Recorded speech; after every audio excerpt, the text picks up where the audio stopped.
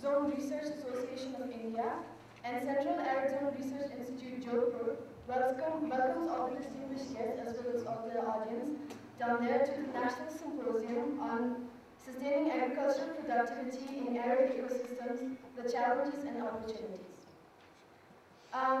So to begin the ceremony, first of all, I would like to request all the distinguished guests to please come ahead and light the lamp to start and inaugurate the ceremony.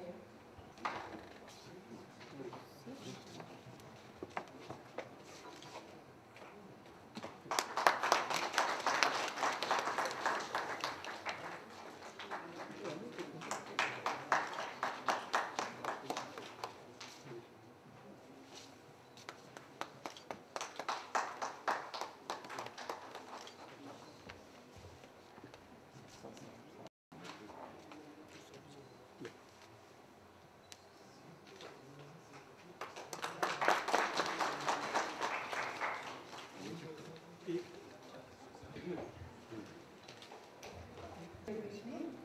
The Chief Guest, Mr. Tupsan Seong, is currently the Member of Parliament and has already sat in this position previously. Is considered a messiah of the farming community and is the leader of various developmental projects in Ladakh. And I think I won't be exaggerating when I call him one of the architects of the modern day Ladakh. Our next guest is Dr. RRS Leh. He's the Director General of Meteorology in Indian Department of Meteorology, and is a Master in Science, MSc and PhD in Soil Sciences from Rajasthan College of Agriculture. Is a permanent representative of India with the WMO. Is the Vice Chair of Intergovernmental Board of Climate Services, United States.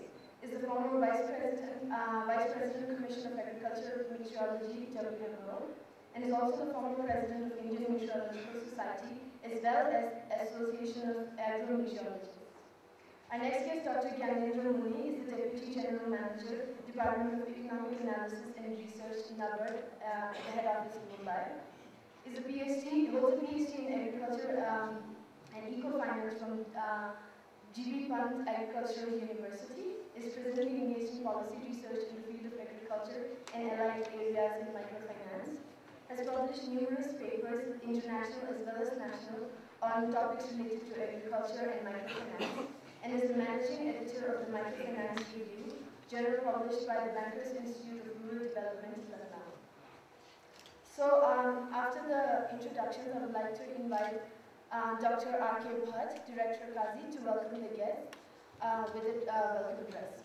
Guest, Honorable Member of Parliament, Sri Tupsan Seong, our guest of honor, Honorable Director General IMD, Dr. L.S. Rathod, our guest of honor, Dr. Gyanendra Muni, DGM NABARD Mumbai, other Honorable Executive Councillor here, Dr. Bhunesh Kumar, Director Bihar, Director of ICR Institutes, Dr. P.K. Misra, Director Soil Water Conservation Research Institute, Dehradun, Dr. S.M.K. Naqvi, Director Seep Wool Research Institute, Ambikanagar, Dr. O.P. Yadav, Director Maize Research Institute, New Delhi, all the agricultural officers, Tasi ji, Chief Agriculture Officers of Leh, other Agriculture Officer Dr. Mr. Dawa, other officials from the Agriculture Departments, Horticulture Departments, Livestock Departments of Leh, our participants, distinguished participants from different parts of the countries, like in the northeast, right from Dirang, then Vasar, then Bhimtal, Almora, Bhopal, Meerut, Kinnaur, Ajmer, Bikaner, and my scientist colleagues from Kajri, Jodhpur, and its regional station, Pali and Bikaner. First of all, on my personal behalf and on behalf of this organizing team, I welcome you at this venue. This is what we call the land of high passes, that is Ladakh, which is at about 11,500 feet, like that. This is what I say, really the incredible part of the country, the cold arid desert of the country. First of all, I welcome you, sir, because of your busy schedule. You have spare time to be the chief guest of this function. I also welcome to our guest of honor, Dr. Rathod, because he is very busy man. All the policies and other things on climate, meteorology has to be decided, but he could spare some time to come over here at Ladakh. Our DGM and our directors who directly accepted our request to be here, our Chief Agriculture Officer, Dr. Tasi, also accepted, and my scientist colleagues. I welcome you again at this venue. Sir, apart from this welcome address, I would like to speak some word about this association, which is organizing this symposium at Leh. The society was formed in 1962. This is a very old society, with its headquarters at Kajri, Jodhpur, Rajasthan, mainly focusing on the various issues related to the arid region, particularly the hot arid region and cold arid region. Initially, the society was focusing on the hot arid desert, that is the third desert of the country, and also other desert, hottest arid parts, which cover about 31.7 million hectares in the country. Those are the hot arid regions of the country. With the inception of this society, they have come out with a journal. They published one journal, that is Annals of Arid Zones, and the first volume came up in 1963. And they are covering, this journal is covering various issues of the research and development in various fields like soil-water plant relationship, range ecology, management, sand dune stabilization, dryland agriculture, agroforestry, livestock, use of solar energy, biodiversity, conservation, watershed management, integrated farming system, climate change, and hydrology. Sir, this society is, from the inception, is organizing regularly. They have organized one international seminar where about large number of participants from 22 countries abroad, they also participated there. With this, keeping the 2015, our association thought about it, why not to organize a seminar in cold arid region? Because our mandate is arid region, whether it is hot arid or it is the cold arid. So that with this background, our organizing society, our executive council of this society, they came together and they decided to organize this seminar at cold arid region, that is at Leh. With this lecture, they can share their views and they can come out some of the recommendations for the development of this region. With that, in 11th plan, Government of India has asked us that you have worked enough on the hot arid, now you focus on the cold arid. So that our scientists surveyed this region in 2009, 2010 and 11. In 2012, we came out with a recommendation to establish a regional research station in cold arid region, that is particularly at the Leh. And as you know that in our country, cold arid region is about 7.1 million hectares, which is the major part is of Ladakh region, the two districts, that is Kargil and Leh of Jammu and Kashmir, then Lahul Spiti, Kinnaur and part of Chamba in Himachal Pradesh, parts of Uttarkasi, Chamoli and Pithoragarh districts of Uttarakhand, and some parts of the, that is at the top part, tip of the Sikkim, that comes under the cold arid region. Among these cold arid region, Ladakh is the major area, which is covering about 70,000 square kilometer, and with this largest settlement at Leh, so that this institute has established its regional research station at Leh.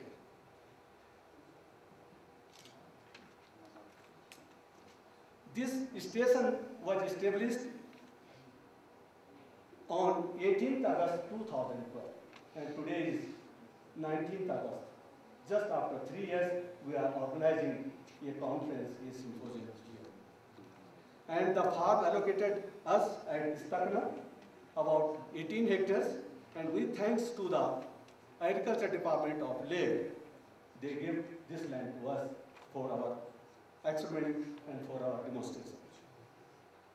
The foundation stone was laid out at our farm by the Honorable Chief Executive Councillor, Sri Rigjin Ispalwar, in the presence of our Honorable DG, ICR, Secretary there on that day, and now it has completed 3 years. And I want to mention here particularly, during these 3 years, what activities we carried out at this station. Sir, during these 3 years, we have conducted about 26 farmer scientist interaction meetings, stakeholder meetings, and training at different villages in and around Leh, Nubra, Lahul Spiti, and Kinnaur. Because we have also to see the code-arid region of Lahul Spiti and the Kinnaur region.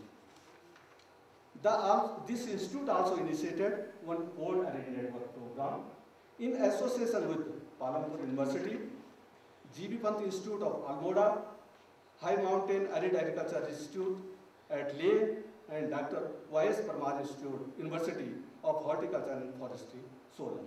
And under this collaborative network program, we are covering the arid zone, the code arid zone of Himachal Pradesh as well as of this Ladakh region.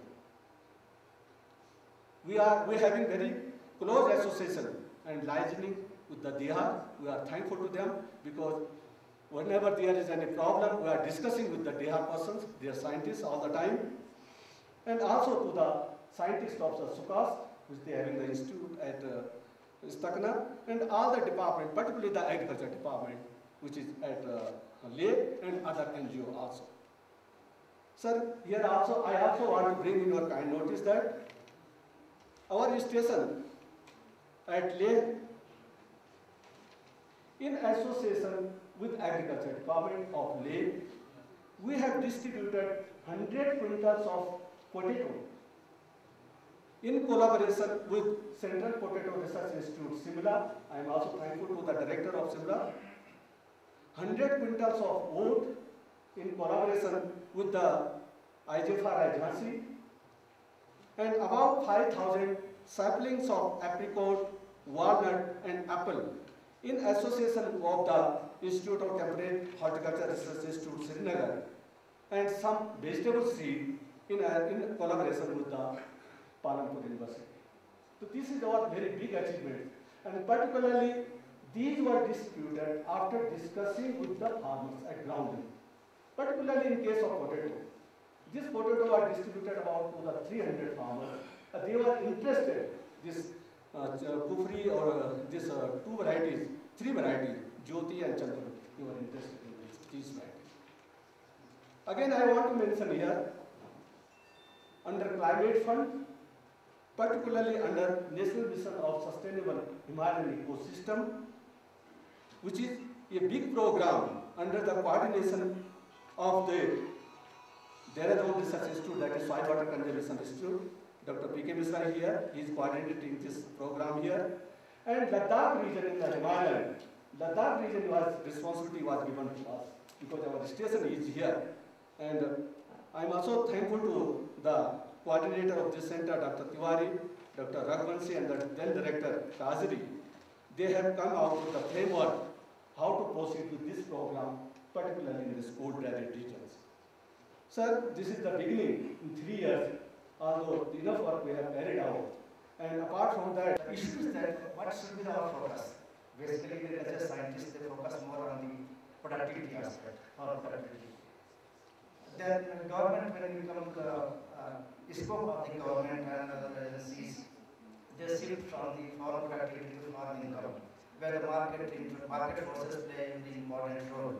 So farm productivity itself is not sufficient enough. The people depending on agriculture, they are not able to derive their livelihood from that, and it is not viable for them. So if market is supporting to them, they are getting energy prices and cheap inputs, then it becomes the role of farm income. Again, farm income may not be sufficient enough to sustain the family. Then what next? Are we going to focus on the livelihood options? That is the third stage. Farm productivity, then farm income, then livelihood options. I think time has come. We should concentrate more on our energy interventions are there, where we look forward for such interventions where any agency coming forward to collaborate with us on this aspect, whether we are going to provide a sustainable livelihood to the individuals. So what I feel is that we should not stop. Now the time has come, our research institutions should also not stop on looking only at the farm productivity. We should go a step beyond that, farm income and farm productivity, then livelihood options. I think time has come where developmental banks like NABARD, research scientists, and government agencies, they should come together and most of the time we find that we are working in isolation. We do not have a common platform to provide solutions to this type of problems. I think time has come, we should look for such type of collaborations, and particularly looking at the areas of like Leh, where this vulnerability is so high. NABARD again recently has been advocated as the first national agency on the climate change. Recently there was an international event where NABARD being the first Indian institute, and the proposals we are inviting on this particular aspect. I think different research institutes, they should look towards now NABARD, and they should collaborate with NABARD particularly on this aspect. They can tap these resources which is going to be available for us. We are working on the model for that.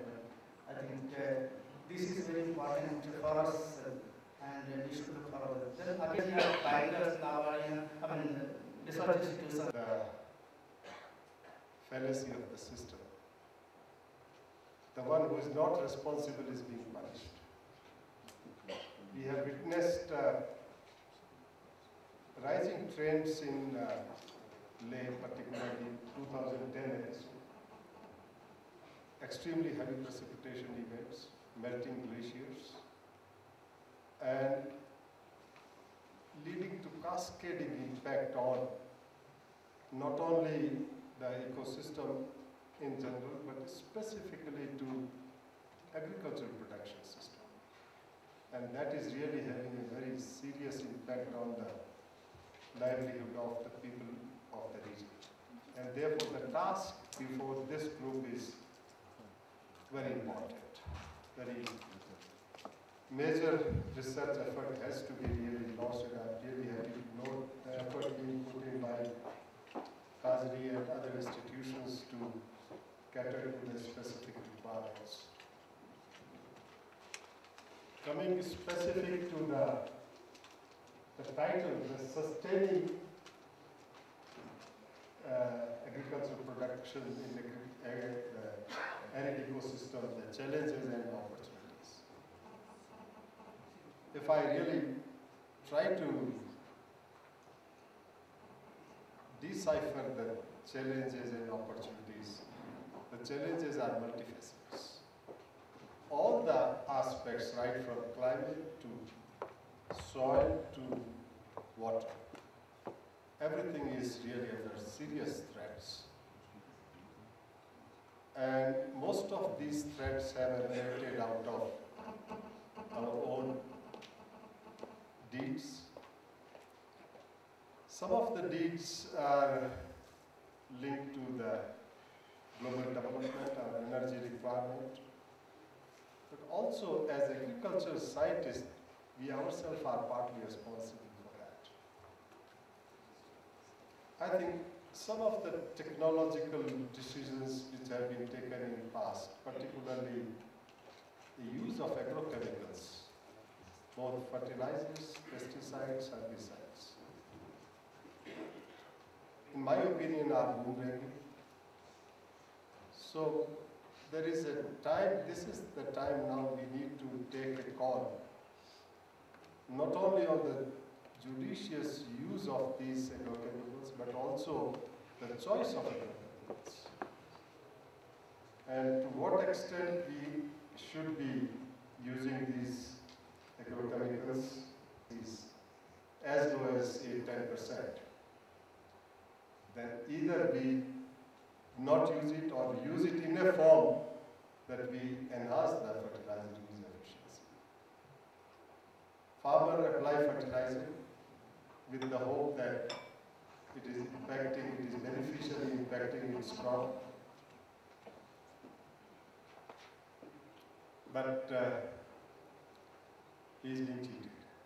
None other than by us, because we are not helping him to really. So this is the challenge, and the challenge is not only to sustain the agricultural production. Sustaining agricultural production is not going to help us. We have to scale it down. We have to enhance the production per unit level of water and the land if we have to cope up with the population pressure. I was just going through some of the climate issues, because that is my core domain. The threat we are now facing, because we are going to have a very rapidly changing water cycle. And the changing water cycle, primarily not because of the fact that there is increase in rainfall or decrease in rainfall, but the number of rainy days are declining, and the events of extreme precipitation events are increasing. That means during monsoon at a given location, there are few episodes of heavy precipitation filling the quota of your total monsoonal rainfall. Now that be the case, the entire hydrological system, hydrological cycle, starting from infiltration to percolation to runoff to stream flow, is changed. That is at the macro scale. But when you look at the farm level, it has far more severe consequences. There, because you have to cultivate the crop in a rain-fed situation whereby you have to maintain soil moisture at a desired level. We were thinking that now Rabi is all irrigated, irrigation has increased substantially, so therefore our production is becoming more and more resilient. Not so. Both last few years we have been noticing that during winter the western disturbances, their amplitude is so large. The northerlies which are coming from the mid-latitude are thrown right up to the latitudes of Karnataka, believe me, which was unprecedented. Never south of latitudes 20° north they used to go. Never, or very rarely. Now that has become a norm, and at times we see that they are impacting the interior part of the peninsula. We know that crops have certain specific requirements of thermal regime, and that is really jeopardized. The crops of mountainous region, particularly plantations, which in periods are really altered. And we have noticed that the apple line, the quality apple is receding, and there is a differential, and therefore there is a requirement for understanding the impact of all these changes. Government of India took initiative by launching Agromet Advisory Service, in which ICI, particularly KAZRI, and other institutions and all agricultural universities are partner in this exercise.